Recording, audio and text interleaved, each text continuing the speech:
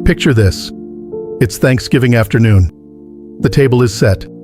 There's a chair, your child's chair, and it's empty. Not because they couldn't make it. Not because of traffic or a flight that got canceled. It's empty because they chose not to come. Again, no call, no text, just silence. If that image hit somewhere deep in your chest, if you felt that, then I want you to stay with me today, because this video is for you. I'm going to ask you something that might be uncomfortable, and I want you to answer it honestly, not to me, but to yourself. Have you been the one calling first? Every single time? Have you been sending the birthday cards that don't get acknowledged? Leaving the voicemails that go unanswered? Reaching out during holidays, during ordinary Tuesdays, during moments of worry, and getting nothing back? If you answered yes, I need you to hear this. Chasing silence only teaches your child one thing, that silence works. For more than 40 years, I have been a practicing family psychologist. I have sat in rooms with parents just like you, loving, well-meaning, heartbroken parents, and I've watched them make the same painful mistake over and over again. Not because they didn't love enough, but because they loved in a direction that was quietly, steadily making things worse. Today, I want to change that. Before we get into the 7 lessons, I need to tell you something, and I need you to really hear it. You are not a bad parent. The fact that you're here, watching this, searching for answers, trying to understand, that alone tells me something about who you are. Bad parents don't lose sleep over their children's silence. Bad parents don't cry in the kitchen on Sunday mornings. You do. That matters. But here is what I've learned after 4 decades in this field. There are 2 very different kinds of silence, and most parents I work with confuse them. The first kind is what I call punitive silence, when a child uses silence as a weapon, withholding communication to punish, to control, to express anger they haven't learned to communicate any other way. This silence is immature, often unfair, and yes, it causes real harm to the people who love them. The second kind is chosen distance, when a child genuinely needs space to process something, to grow, to establish themselves as a separate person. This silence isn't always fair either, and it still hurts. But it has a different texture, a different origin. You may not know yet which kind you're dealing with, and that's okay. Because what I'm going to share with you today applies to both. What I'm not going to tell you is to give up on your child. What I am going to tell you is this: stop giving up on yourself. Because in 40 years, I have never, not once, seen a parent successfully end their child's silence by chasing harder. But I have seen dozens of estrangements begin to heal the moment the parent stopped chasing and started living. Let me tell you why. One of the most foundational principles in psychology and in parenting is the concept of natural consequences. The idea is simple. When we protect people from the results of their own choices, we also protect them from growth. Think about it this way. If every time a child touched a hot stove, someone else's hand got burned instead, that child would never learn. They'd keep touching the stove, not out of cruelty, out of ignorance, because no one allowed reality to teach them. Now apply that to your situation. When your adult child treats you with silence, when they ignore your calls, skip your milestones, make you feel invisible, and you respond by calling more, reaching out more, accommodating more, what are you actually teaching them? You are teaching them that their silence has no cost, that no matter how they treat you, you will be there, that the relationship requires effort from exactly one person, and that person is you. A psychologist named Rudolf Dreikurs spent his career studying what he called the natural consequences of behavior. His core argument was that children, even adult children, cannot truly mature until they are allowed to sit with the results of their own actions. When you chase, you rob your child of that experience. You become the buffer between them and their own conscience. And paradoxically, you make the distance longer, because now they don't just feel disconnected from you. They feel on some level suffocated by your persistence. Your stillness is not abandonment. It is accountability. When you stop chasing, you allow a very simple, very human truth to settle in. Their choice has a consequence, and that consequence is the quiet absence of their parent. That's not cruelty. That's reality, doing what you never could. Here's a paradox that I share with almost every parent I counsel on estrangement. You cannot be missed if you never leave. Think about the dynamics of what's been happening. You reach out, they don't respond. You reach out again, still nothing. You call on their birthday, on Mother's Day, on random Tuesdays just to say you were thinking of them. And in doing so, you have accidentally made yourself background noise. Not because you aren't important, but because you are always there, always available, always at zero distance. And human beings, this is simply how we're wired. Do not feel the weight of what they have until it is no longer within easy reach. There's a principle in psychology around scarcity and perceived value. I want to be careful here because this is not about manipulation. It's not about playing games. It's about something much more honest. When you are constantly present in the face of rejection, you signal that the relationship has no minimum standard, that it costs your child nothing to treat you this way. I had a client, a woman in her late 60s, a retired school teacher from Ohio, one of the warmest people I've ever worked with. Her son had been cold and distant for nearly 2 years. She called every Sunday. She sent care packages. She drove 4 hours to attend his son's birthday party and stood in the backyard making small talk while her son barely acknowledged her. On my advice, she stopped. She stopped calling on Sundays. She stopped sending packages. She focused instead on rebuilding her own life. In the 3rd week, her son called her.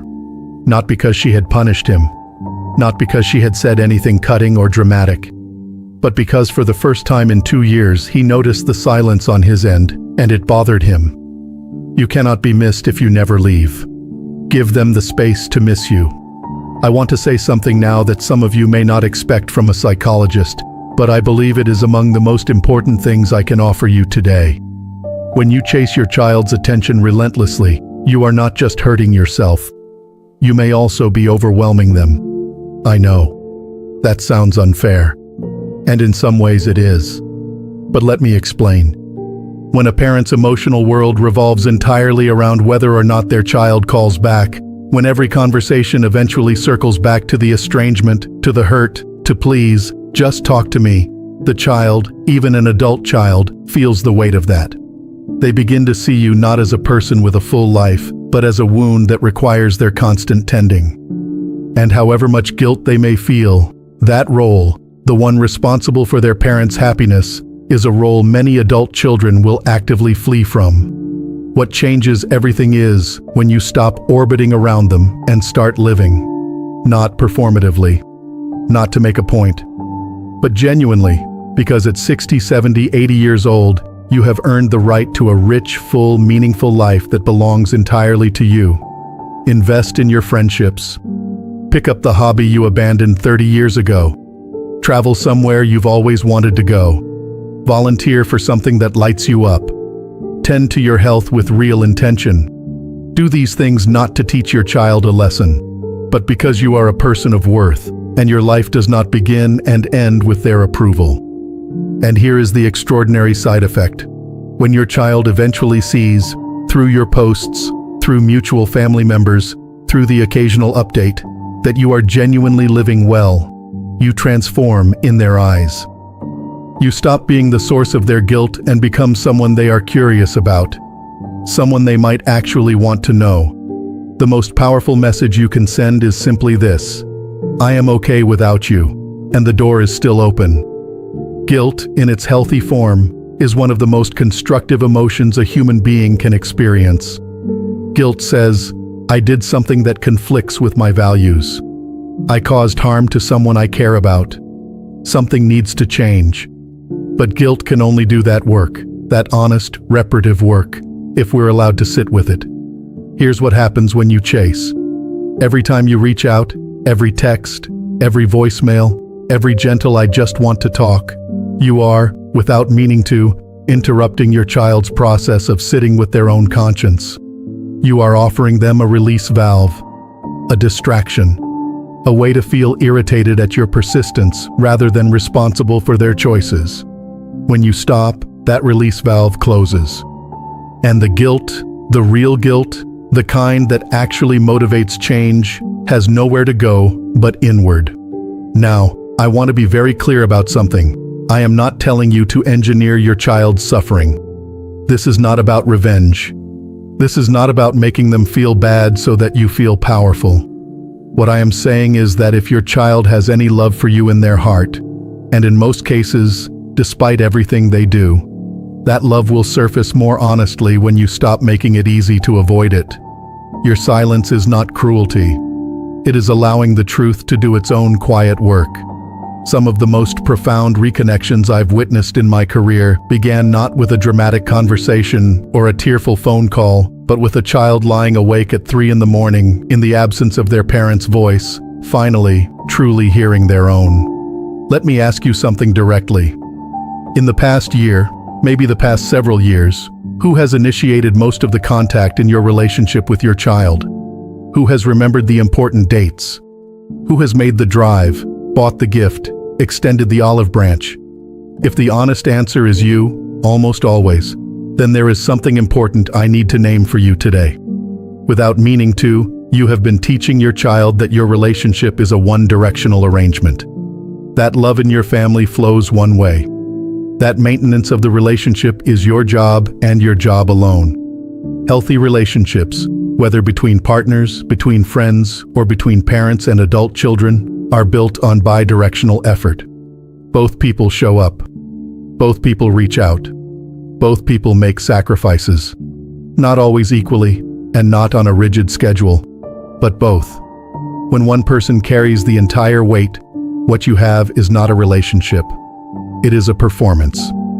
And you, my friend, are exhausted from performing. When you stop, when you allow the quiet to exist without rushing to fill it, you create something that was never possible before, space for your child to step into. They cannot discover that they are capable of initiating, of reaching out, of being the one who shows up, if you are always there before they have the chance. Stopping the chase is not coldness. It is not punishment. It is the quiet assertion of a fundamental truth. This relationship deserves effort from both of us. I have been giving mine. I will wait for yours. That is not desperation. That is self-respect. I want you to consider the image you have been projecting. I say this with all the gentleness I have, because I have seen this pattern so many times, and I know it comes entirely from love. But love, when it loses its boundaries, can look from the outside like something else entirely. When a parent calls repeatedly without response, sends messages that grow increasingly emotional, shows up unannounced, or makes every family gathering about the estrangement, the child, over time, begins to see not the loving parent they once knew, but someone who feels destabilized. Someone whose need for connection has become, in their eyes, a kind of desperation. And desperation, as painful as this truth is, does not inspire reconnection. It inspires distance. Carl Jung, one of the great figures of 20th century psychology, wrote extensively about what he called individuation, the process by which a person becomes fully themselves, integrated, whole. He believed this process was not just for the young. In fact, he argued that the second half of life was where the deepest individuation work happens. You are in that season right now. And one of the most profound things you can offer yourself, and indirectly your child, is the image of a person who has done that work. A parent who is grounded, self-possessed, not waiting by the phone, not defined by their child's approval or silence. When you stand in your dignity, when you stop chasing and start being, something shifts in how you are perceived. You become someone to be respected, someone your child remembers as strong, someone perhaps that they eventually want to come back to. Dignity is the most attractive quality a parent can wear, and it costs nothing except the courage to stop begging. This is the hardest lesson, and I believe it is the most important one. I want to speak to you very honestly now, as a psychologist, yes, but also as a human being who has spent 40 years sitting with grief and reconciliation and regret. You are not 20 years old. Neither am I. And time, the great equalizer, does not pause for unresolved relationships. There is something that your child may not fully understand yet, because youth carries with it the comfortable illusion that there is always more time, that the conversation can happen later, that the phone call can wait another month. But you understand it. You feel it in a way they don't yet have the wisdom to feel. The window for reconciliation is open, but windows do not stay open forever. I have sat with adult children, people in their 40s and 50s, who wept in my office not over what had happened between them and their parent, but over what hadn't happened. Over the phone call they kept meaning to make. Over the visit they kept postponing. Over the words, "I love you, I'm sorry, I missed you," that never got said. Because their parent was gone. I am not telling you to use your mortality as a manipulation. That would be wrong, and it would backfire. But I am asking you to make sure your child knows, clearly, calmly once, where you stand. Not in desperation, not in anger, but with the quiet authority of someone who knows the value of time. Something like this: I love you. I am here. I am living my life, and I am at peace. The door between us is open, and it will remain open. But I want you to know, simply, that I won't wait forever. Not because I don't love you, but because time is real, for both of us. I hope we find each other before it runs out. Say it once. Mean it completely. Then return to your life. Let them feel the weight of time, before time runs out for both of you. Before I give you a practical framework to take with you today, I want to address something, because I have seen well-meaning people take advice like this and turn it into something harder and colder than it was ever meant to be. Stopping the chase does not mean you have stopped loving your child. It does not mean you are closing a door permanently. It does not mean you are trying to win some silent competition. And it absolutely does not mean you are a bad parent for needing to protect your own emotional health. What it does mean is this: you are choosing peace, not as a surrender, but as a foundation. You are choosing to live fully and with dignity while leaving the door genuinely open, not propped open with your own suffering, but open the way a home is open, warm, real, and available to those who choose to walk through it. That distinction matters enormously. I want to leave you with something concrete. Something you can begin, not tomorrow, not next week, but today. I call it the dignified pause. 3 steps. Simple, but not easy. Step 1. Stop. For the next 30 to 60 days, do not initiate contact. No texts. No calls. No just thinking of you messages. No reaching out through siblings or other family members as intermediaries. This is not forever. This is a defined, intentional pause. You are not abandoning your child. You are removing yourself from a dynamic that has stopped serving either of you. If fear comes up, and it will, remind yourself, this is not the end. This is a reset. Step 2. Invest. During this same period, put the energy you have been pouring into your child into 3 areas of your own life. Your body, move it, feed it, rest it. At 60, 70, or beyond, your physical health is the foundation of everything. Your connections, friends, neighbors, faith community, support groups. Human beings need contact. Make sure you are getting it from people who are glad to give it. Your purpose. Find or return to something that makes you feel useful, creative, and alive. A garden. A grandchild who is present. A cause you believe in. Something that reminds you that your life has meaning entirely independent of this one painful relationship. Step 3. Signal once. Before you begin your pause, or at a natural moment within it, send one message. Keep it short. Keep it dignified. Say everything that needs to be said, and nothing more. Something like, I love you. I'm not going anywhere. I'm living my life, and the door between us is open whenever you're ready. I hope that's soon. Then, and this is essential, stop. Do not follow it up. Do not explain it. Do not apologize for it. Let it sit. Let it land. And trust that love, when delivered without desperation, has a very long reach. You love too hard in the wrong direction. I want to end today the way I end many of my sessions, with honesty and with kindness. You did not fail your child by loving them. You did not fail by trying to hold on, by calling, by reaching, by showing up even when it wasn't wanted. That impulse, that I will not give up on my child, is one of the most human, most beautiful things a parent can feel. But sometimes the most loving thing we can do is redirect that energy. Not away from our child, but toward ourselves, toward our healing, toward the quiet, unshakable dignity that says, I am worth more than this silence. And so is this relationship.